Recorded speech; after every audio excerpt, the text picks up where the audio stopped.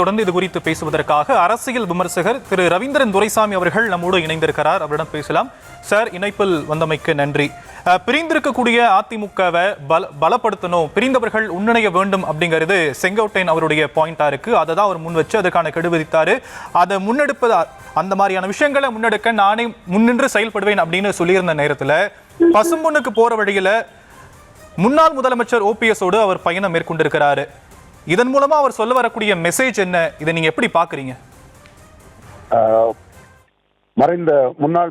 மறைந்த முதல்வர் ஜெயலலிதா அம்மையார் இறந்த போது அதிமுக சுமார் 40 விழுக்காடு பலம் கொண்ட ஒரு கட்சியாக இருந்தது.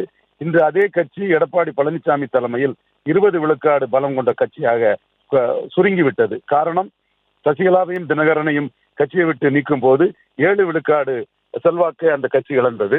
அதற்கு பிறகு இரட்டையிலையில் ஒரு இலை எடப்பாடி, ஒரு இலை ஓபிஎஸ் என்று ஜெயலலிதாவின் விசுவாசியான பரதன் என்று பாராட்டப்பட்ட ஓபிஎஸ் அவர்களை நீக்கிய போது முக்குலத்தோர் மட்டுமல்ல பிற சமூகங்களும் எதிராக போனதன் விளைவு 13 விழுக்காடு இடங்களை வாக்குகளை அதிமுக இழந்து விட்டது. இன்றைக்கு ஒரு 20% வாக்குகளோடு தான் அதிமுக இருக்கிறது.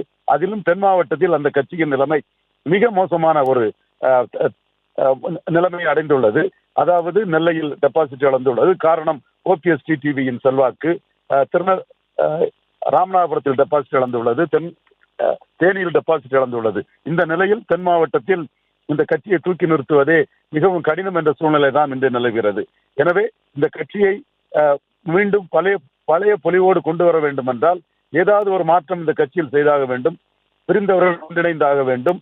முதல்வர் வேட்பாளர் என்ற பதவிக்கு எடப்பாடியை தவிர்த்து அனைத்து சமூகங்களும் ஒப்புக்கொள்ளக்கூடிய செங்கோட்டையன் போன்றவர்களை முன்னிறுத்தினால் பலம் தரும் என்ற கருத்து இப்பொழுது அதிமுகவில் இருக்கும் முன்னணி தலைவர்களிடமே இருக்கிறது. இதில் சி.வி. சண்முகம், கே.பி. முனுசாமி போன்றவர்களும் இந்த கருத்தை இப்பொழுது தங்களகத்தை கொண்டுள்ளார்கள் என்ற தகவல் தெரிகிறது. அவர்களை பற்றிய முடிவுகள் எதுவும் வரவிட்டாலும் கூட இந்த நிகழ்வுகள் மேலும் அதிமுகவில் உள்ள முன்னணி தலைவர்களை கருத்தையும் உள்ளடக்கியே வரும் என்று தெரிகிறது.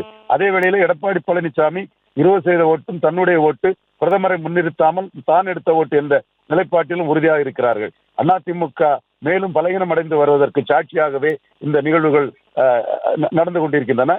குறிப்பாக அதிமுக எம்ஜிஆர் ஜெயலலிதா காலத்தில் இருந்தபோது அனைத்து ஜாதிக்கும் பொதுவான கட்சியாக இருந்தது.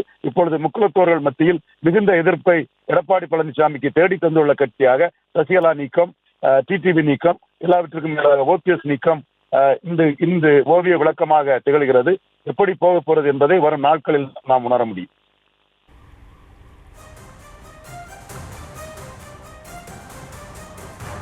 இணைப்பில் உங்களுடைய கருத்துக்களை பகிர்ந்தமைக்கு நன்றி திரு ரவீந்திரன் துரைசாமி.